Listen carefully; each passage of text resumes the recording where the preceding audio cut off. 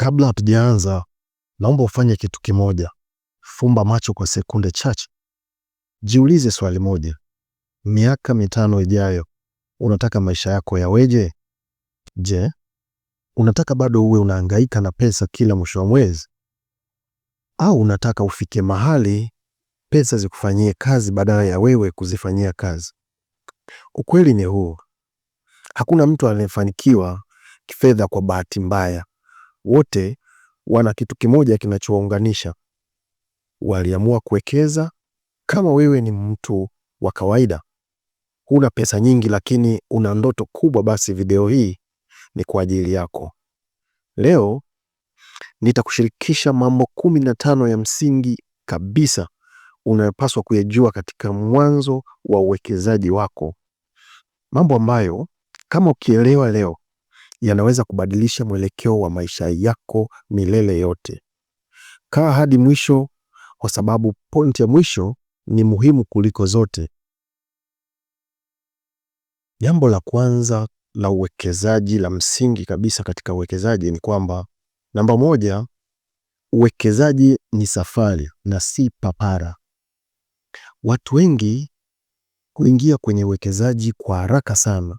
Wanaona mtu amefanikiwa, wanataka matokeo yale yale kwa muda ule ule, lakini ukweli ni huu. Uwekezaji hauharakishwi. Ni kama kupanda mti. Leo unapanda mbegu, kesho uone matunda, lakini ukiendelea kutunza mti huo, siku moja utavuna matunda kwa wingi. Ukianza uwekezaji kwa papara, utaacha kwa maumivu, lakini ukianza uwekezaji kama safari, utafika. Namba 2, tambua lengo lako la uwekezaji. Bila lengo, hata safari nzuri hupotea. Jiulize kwa kina, kwa nini unataka kuwekeza? Je, unataka kuwekeza kwa ajili ya uhuru wa kifedha? Au unataka watoto wako wasiteseke? Au unataka kustaafu mapema? Au unataka kuacha urithi? Uwekezaji bila lengo ni kama kusafiri bila ramani. Unaweza kutembea sana, lakini usifike. Namba 3, anza na kiasi kidogo unachoweza kumudu kupoteza. Hili ni kosa kubwa sana kwa wanaoanza. Usitumie pesa ya kodi, usitumie pesa ya kodi, usitumie pesa ya chakula, usitumie pesa ya ada katika uwekezaji. Anza na kile ulichonacho, hata 1,000 au 2,000. Sio kila kiasi kinachojenga uwekezaji ni nidhamu ya uwekezaji.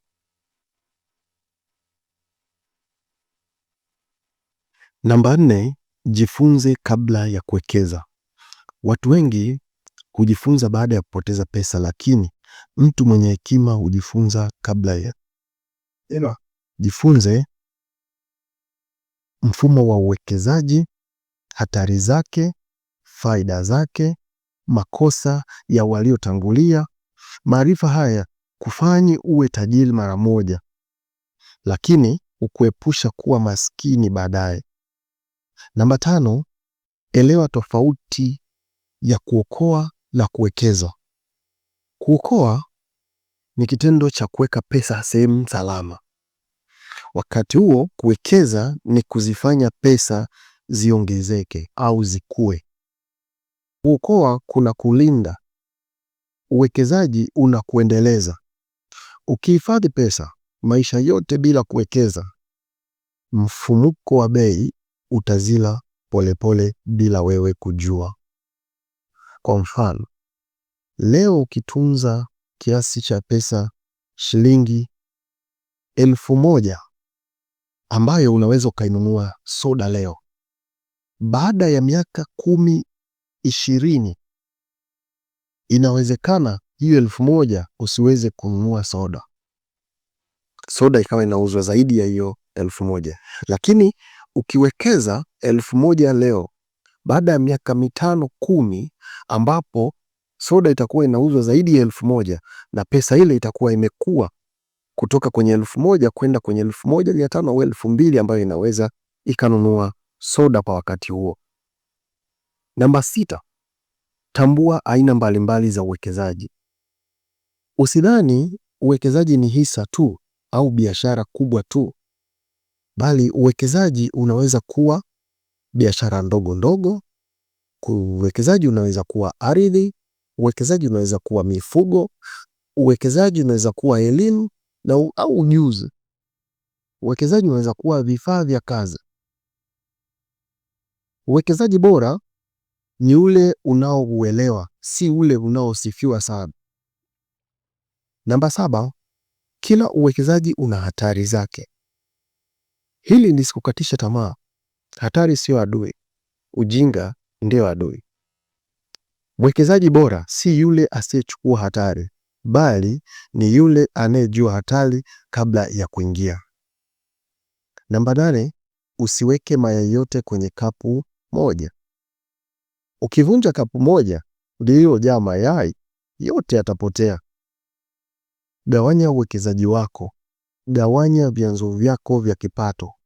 Hii ni kanuni ya msingi sana ya watu wote waliofanikiwa kifedha. Namba 9, epuka tamaa ya faida ya haraka. Hii imewaumiza watu wengi pale unaposikia weka leo pata mara 2 kesho. Simama, fikiria, jiulize. Uwekezaji wa kweli haupigwi makelele, lakini hujenga maisha kwa uhakika. Namba 10, angalia mtiririko wa fedha. Uwekezaji mzuri unakuletea pesa au unaongeza thamani yako. Usiweke pesa sehemu ambayo hata ujui itakurudishia nini. 11, heshimu bajeti yako binafsi. Uwekezaji hauanzi kwenye pesa, unaanza kwenye nidhamu. Dhibiti matumizi yako, ondoa matumizi yasiyo ya lazima, ndipo uwekezaji utakuwa. 12, fahamu gharama zinazohusiana na uwekezaji. Faida bila gharama haipo. Kodi, ada, matengenezo, yote yanaathiri faida. Mwekezaji makini huhesabu kila kitu kabla ya kuingia. 13, uwekezaji unahitaji nidhamu. Utaona wengine wakifanikiwa haraka, utaona wengine wakipata faida kubwa. Usipoteze mwelekeo wako. Nidhamu ni kufanya kilicho sahihi hata pale inapochosha. Namba 14 ni kwamba fuatilia uwekezaji wako mara kwa mara. Uwekezaji unaoachwa bila uangalizi ufa. Unachotakiwa kufanya ni kuangalia faida, hasara, mabadiliko. Hapo ndipo unakuwa mwekezaji halisi.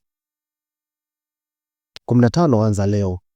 Usisubiri kuwa tajiri. Hili ndilo neno la mwisho. Hakuna siku bora ya kuanza uwekezaji kuliko leo.